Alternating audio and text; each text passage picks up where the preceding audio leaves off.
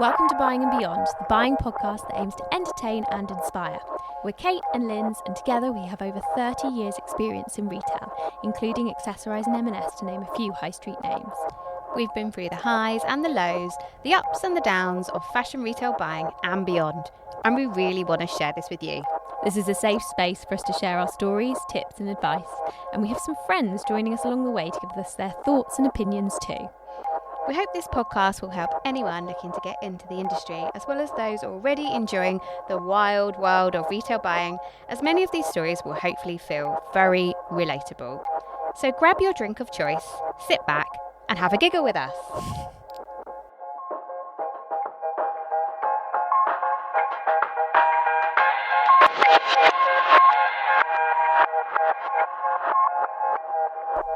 Hey everybody, welcome to episode 5. So today we're going to talk about a meeting called Trade. Yes, the main meeting, the start of the week, the reason we go in on a Monday and struggle with a Sunday night pub session. We do. The day we're actually going to find out whether our week's going to go well or terribly. Yeah. Depending on how well our Rangers have sold. Last week. So the big question on a Monday is, have we met plan? Mm-hmm. Are our sales up versus last year? Have we got enough stock? Are we going to last the season? Do we need to place repeats? Have we got too much stock? Yes. And what are we going to do with that stock? Where are we versus budget? And is that budget or is that forecast? Or is that the revised budget or budget +1 or the 6+6 or the countless names as you reforecast throughout the year? Mm-hmm. And we reached out actually to a few friends to get a bit of a feedback, like, so what does everyone think of Trade? Yeah. And the answer? Tumbleweed. Just... Mic drop. Exactly. It's the core meeting of the week, really. It defines your week. Generally, everything else I'd say in a buyer's life can be quite ad hoc. You've got to be quite ready to like drop things. You have a general structure of the week, mm-hmm. but things will just come up left, right, and centre. Like every day's a school day. Mm-hmm. I think we can all agree there is a lot of pressure on a Monday morning. A hell of a lot of pressure. Right? You need to get all your trade summaries prepared for the directors, and like it's really nerve-wracking because you need to have a reason for why. I mean, especially if your sales have been bad, but even if your sales have been good, like it's what you're going to do. It's always, as a buyer, I think you're always having to be quite like action orientated. Yeah. You can't ever like just rest on your laurels. It's okay, so sales have been really good. What are you going to do about it? Okay, sales are really bad. What are you going to do about it? You've got too much stock. What are you going to do about it? You've got far too less stock. Yeah, you've only got 2 weeks cover. What are you going to do about it? You haven't got any money to air freight. What are you going to do about it? I think they get over it. I do quite enjoy maybe enjoy is not the right word, but I do quite enjoy the challenge of the meeting. Oh yeah, because even if you go in there you don't have the answer, it's about how you answer it. You know, it's not necessarily about having the answer. It's how you approach that question. Yeah, and there can be really interesting like conversations and debates, can't they? And it really challenges you sometimes to like think outside the box. So if you do say have only like 8 weeks cover and that's a line that you've got with a supplier that's on like a 20-week lead time, like you're gonna have a point where you're out of stock. Well, actually, is there something else that you think is going to cover those sales? You know, like, actually, do you have something you're like, do you know what, guys, but we've got loads of stock on this? Or actually, do you have a line that you have loads of stock on that actually could turn a promotion on, and then that will help to cover those sales? Yeah, because it's not going to work and it will help you actually with your stock turn. So it's definitely like a real kind of brainstorming sort of session on a Monday, isn't it? Of like, I think it depends what mood everybody in that room's in terms of whether they're going to be collaborative with a brainstorm. Which can sometimes be very much dependent on just generally how the whole company sales are going. Yeah, exactly. You can have it where the whole company's down and your category is down, but maybe it's not as it's not as down as the bottom line. So actually, you're one of the better departments. Yeah. You're the best of the worst. You're the best of the worst. Woohoo! And actually, then you may be like, okay, I'm not quite hitting where I need to be, but actually, in the grand scheme of things, I'm actually okay. Yeah. It could be actually that there's extenuating circumstances, or it could be like, the weather. Oh God, don't mention the weather.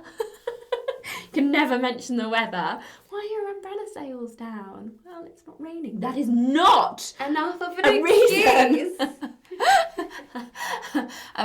Although I have to say, some places do talk about the weather. Like, we'll start the trade meeting with, this is the, and set the scene. This is the weather this week, and this is what the weather was like last year. Yeah, so you can actually gauge it a bit. But there are also other companies that just will not take it. Like, why tolerate the weather? Why are your bikinis not selling? Well, it's raining outside. But that definitely is like a touchy point, isn't it? And it can, so it can very much depend on like actually what the feel is actually is total top line. So one thing you always must do as a buyer when you're looking at your department and looking at your department sales is actually look at that the biggest context of things. You might be -5, but when the company's -10, you're all right. Yeah. Or you might think you're having a good week because you're +3.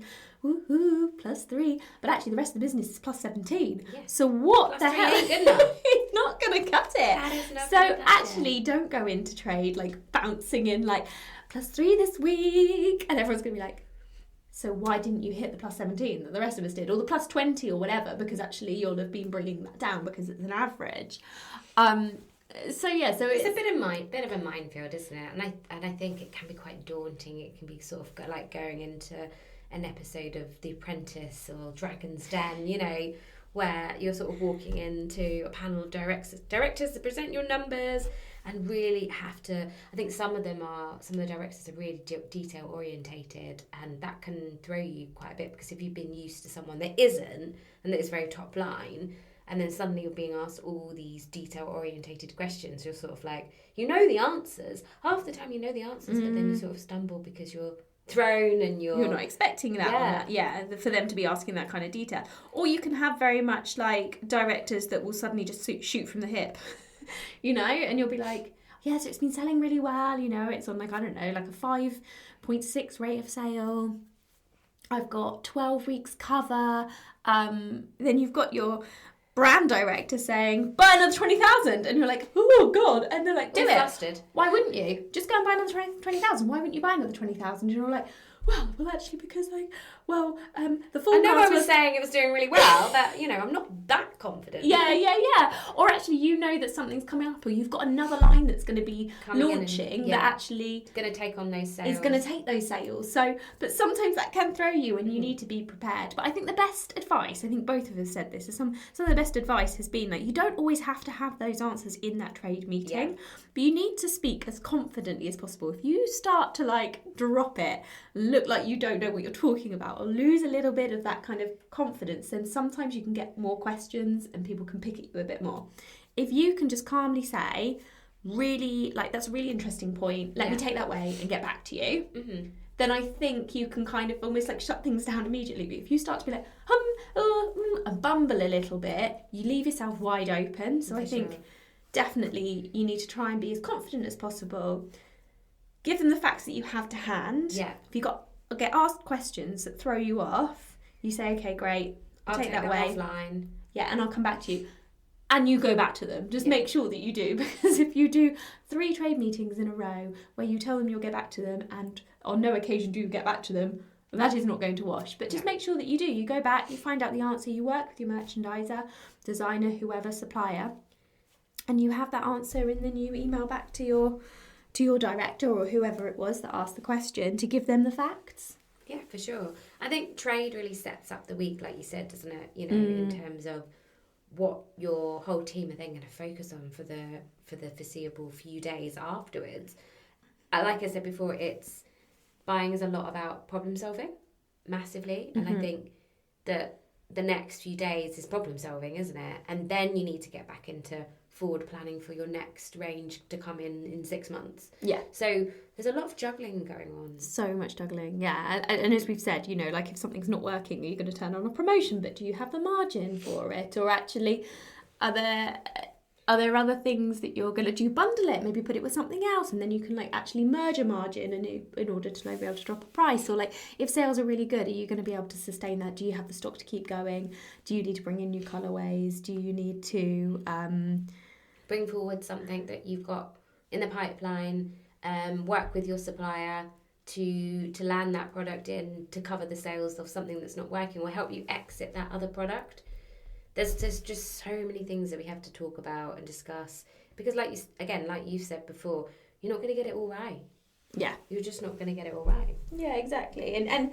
And I think, as we've said before, as long as you can sort of like explain your reasonings for things, it's not about always getting it right, because we learn so much from our mistakes, but it's actually about having a solution or having a proposal as to how you might fix something. But I liked what you said about like it definitely feels sometimes like you're going to like walk into an episode of The Apprentice or like Dragon's Den or something, and you're there and everyone's like sat there in a panel, and you're sort of like wheeling in your racks of like product that's all really noisy, and then someone's coming out the room with their racks into them. The wheels are getting stuck, and you're just trying to sort of like stop all the product from falling off onto the floor. Oh gosh, it can be a bit of a pantomime. You put it up on a foam board, and the board just like buckles under the weight. Exactly. Good. It can definitely feel like a theatre. Yeah, for sure. And a bit of a show.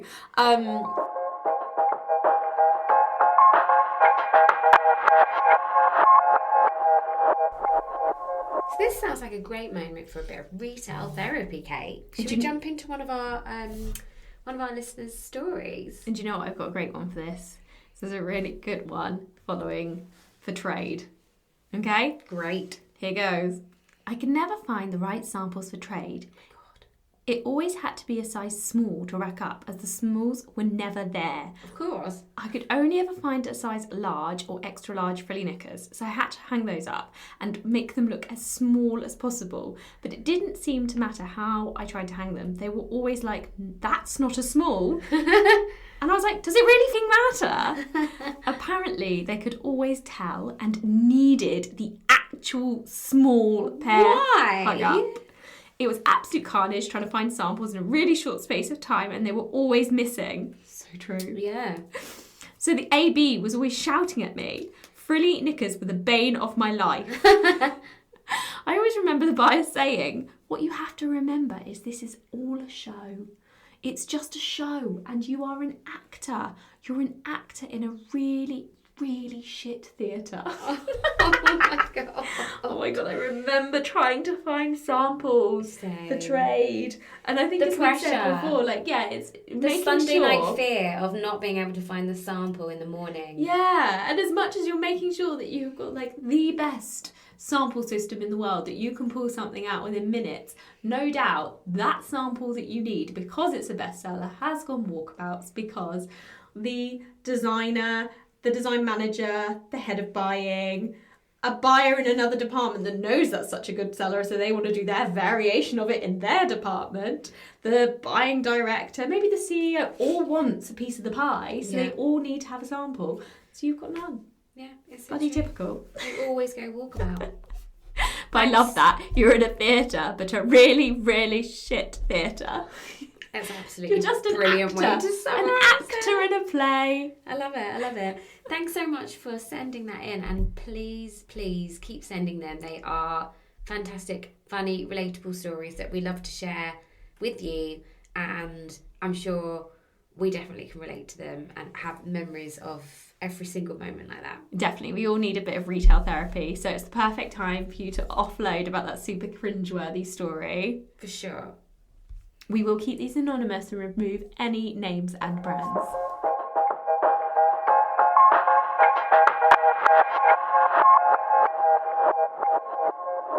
But it is like walking into a panel of directors, isn't it? To present your numbers, and you're all sort of like, you're stood up and they're sitting down, and you're explaining how you're going to drive the sales over the next few weeks and months, and like you're hoping that you're never going to hear those fateful words of Alan Sugar. You're fired.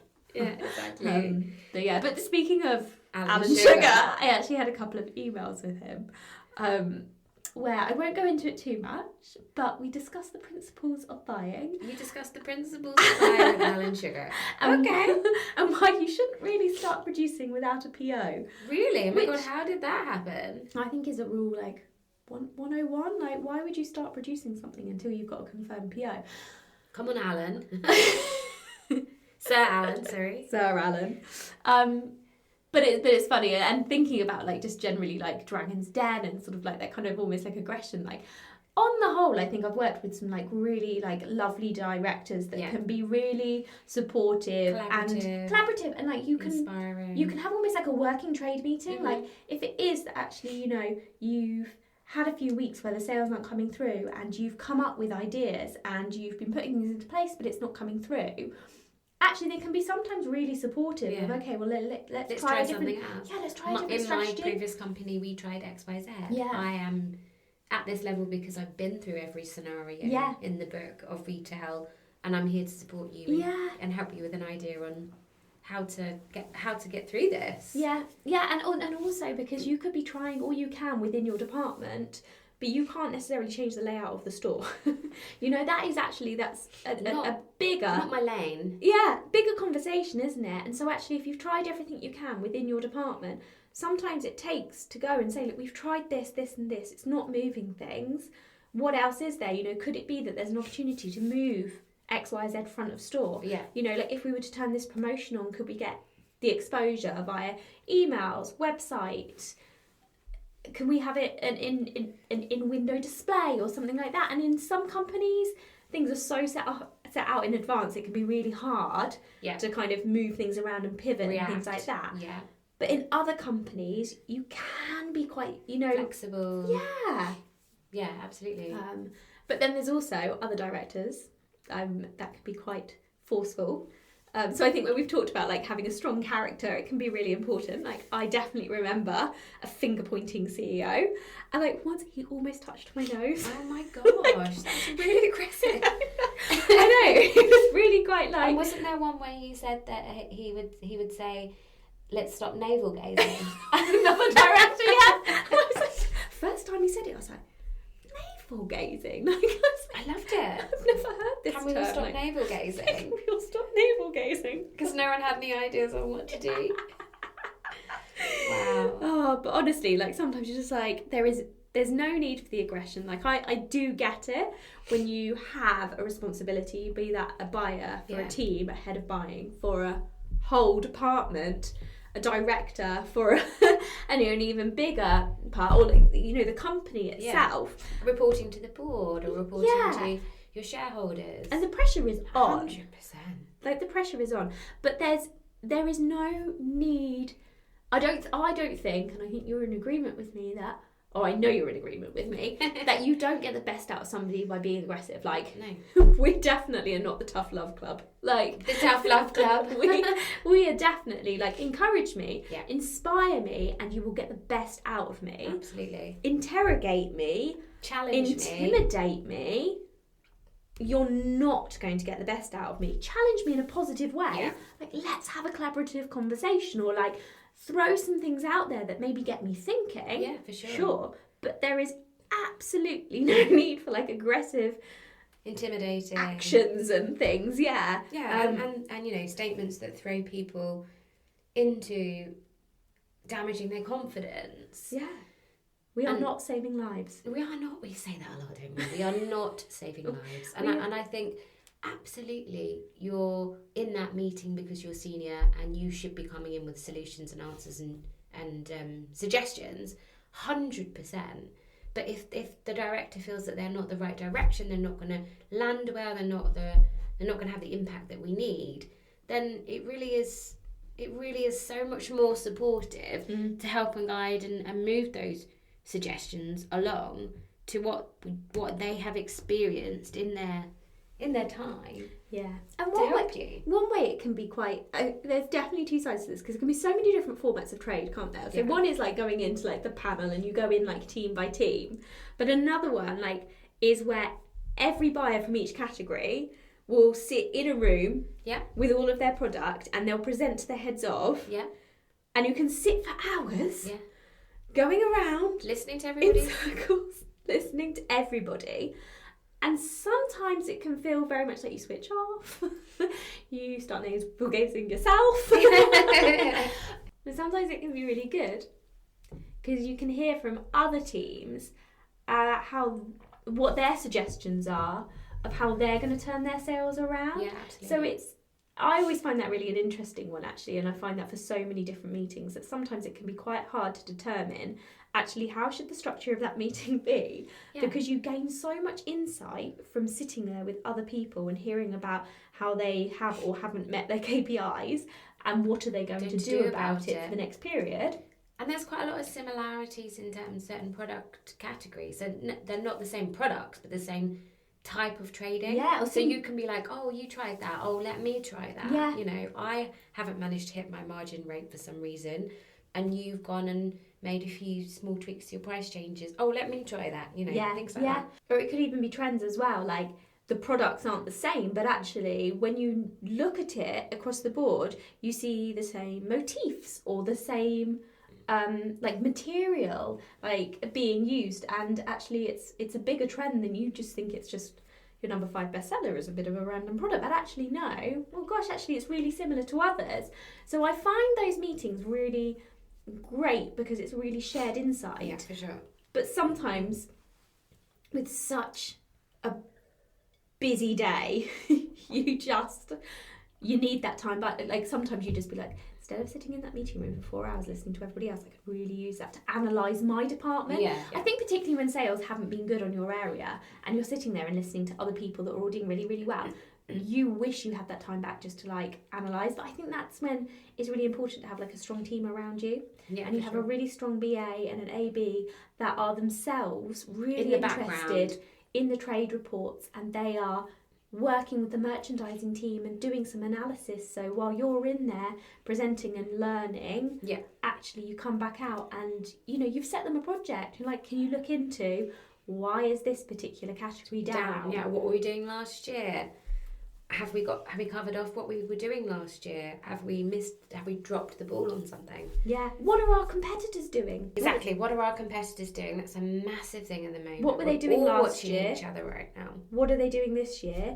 Is it that the sales were really good last year because no one else out there was doing it, and actually this year there's a lot of people that have entered into the market that are doing a similar thing? Or is it that they've dropped their prices? Have they got a promotion going on? And that is the way that the team will need to work together, and that's why it's so important that yes, the goal may be often to become a buyer, but actually an AB and a BA are absolutely integral to how that whole team and category perform. And I think it's really important that when you come out of trade that you really feed back to those junior members that haven't been able to go in. I think I've worked in some businesses where quite a lot of the information is kept quite secret, and then they're not learning and they're not understanding why everyone's running around like a headless chicken trying to find a solution, or you know why certain priorities have shifted and all that kind of stuff. And I think it's so important to teach them how to read trade reports as well, because back to your point, then they can do their own digging, they can do their own research, and they can be really crucial to unlocking why things aren't working or why things are, and how we can learn from that and bring those lessons onto the next range build. And sometimes it feels like it's like you're spending a lot of time on things like that, but actually that's time well spent. Yes, for because sure. It's crucial. And it will help you in the long run. And exactly, like understanding why the priorities have changed. Like if you don't share that information, then they may still be prioritising all the things that were relevant last week, but your whole agenda has changed. Yeah, shifted. Or just also understanding why you're suddenly turning on a promotion. Like it keeps their spirits up and their enthusiasm. If you don't know why you're doing something and suddenly you've got to stay late to do something and you're just like, oh God, I had to do this. I have no idea why. Yeah. Like you have a bit of resentment. I think the best out of people, the more you communicate, the more you share. And you bring them on that journey. Exactly. Another thing that can be quite frustrating is when you spent time pulling together something that they, i.e. the directors, have asked for, and then they run out of time to see you. So you're on the trade agenda, because not always, you don't always have to go in. Sometimes I think depending on how sales have been and how much time they want to spend with different departments, you don't always have to go in every week, each category. But sometimes they specifically want to see you. Yeah. And they ask to see something in particular. And you and your team and your BA spent ages. And as a buyer, you can feel so bad for your team. And they're asking you how it went after they've spent the whole day prepping for you and you didn't even make it in. Or when they've had to stay late, just in case you might be called in. Yeah. The next thing you know, it's 6:30 p.m. and your BAA has been in since 6:30 a.m. Oh, God. to run the reports and pull everything together. So they've done a 12-hour day, and then you get word from the director's PA that trade's over and actually everyone's already gone home. Oh, my God. And you're all just quite sat brutal. there, just like, huh? And you feel so bad as a buyer, but those things happen, and I have to say, they're not commonplace. They're quite rare. It's rare when that happens, but like, you just have to laugh about it, don't you? You just have to you just have to get on with it. But so that probably brings us to the end, doesn't it? I mean, that probably made it sound like quite a scary meeting for a Monday. I'm not going to lie, Kate. It's not my it's not your favourite day. It's not my favourite day of the week, unless things have done phenomenally well and I can go in and... Or if you're just running reports on a Monday and some places have trade on Tuesday, in which case Monday actually is an alright day and Tuesday's the worst day. I think I'd prefer it on a Tuesday, to be honest. Well, it's hard, isn't it? Because you just do it all on Monday, get it out the way and just get on with it. Yeah, I quite like that. And then or do you just have get it on with your week. And just get on with your week. You know what you're doing. Done. Or do you have it hanging over you Monday night thinking, oh God, and then, but actually you've got a bit more time. I don't know, swings and roundabouts. It is. Anyway. It is. But what have we learned from this episode? Top 3 things of how to survive. Top 3 things of how to survive a trade meeting. Gosh, it sounds like you're going into the jungle, doesn't it? 1, speak confidently. So you know your category inside out. You are an expert. You know, they will look to you to understand the trends and the sales. If you're thrown by any unexpected questions, keep calm and say we'll find out and get back to them as soon as possible. And as we said, make sure you give them an update by the end of the day. For sure. 2, always have an action plan. So no one really cares. If we're really honest, no one really cares how sales were last week if you have no idea what you're going to do to drive them next week and the week after that. Like, the focus has to be on the future. Like, it's always interesting to look at a retro to make sure you learn from your mistakes. But if you're just going to go in and say, this is what happened, but not what are you going to do to drive it further or continue your success, no one cares. No, that's what this meeting's about. Yeah. Future-proofing, action-orientated. Love that. Number 3, every company has a different way of saying things. So if you don't understand, find out. So we will do a bit of a lingo language, I think. Yeah, let's do a little glossary. A little glossary, because there are so many acronyms and shortened terms that people use, and that can really vary from business to business. For sure. And we've moved around a fair bit and definitely experienced that, haven't we? Yeah. I think going into your first trade meeting in your new role, in your new company, you can sometimes sit in there and just they'll feel like they're speaking a different language. Yeah. And sort of trying to follow a you know, an agenda or a meeting with all these acronyms. Yeah. And you're like, did that mean cover or did that mean click-through rate? Exactly. So I think you just need to... That's just a watch out, I think. It is, it's a watch out, and don't be frightened or intimidated by it. Exactly. Because it all means the same thing. Yeah, it could be that you want to check the buyer's guide or the line detail or the sales report. It's all the same thing, it's just worded slightly differently. And so that brings us to the end. So thanks for listening. I hope you all enjoyed or found it interesting to hear about our insightful Monday mornings or Tuesday mornings and some Our tough Tuesdays and our manic Mondays. That's a really great way to put it. Next week, we are going to be talking about strategy, critical path and planning, all very integral to the buying role. Definitely. See you then. See you later.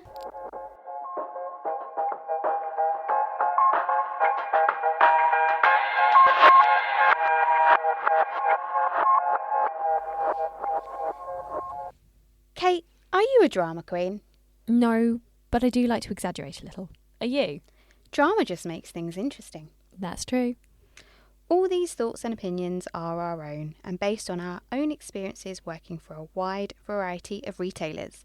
These are all in the hope to entertain and educate, and not to reflect negatively on any place we currently or have previously worked.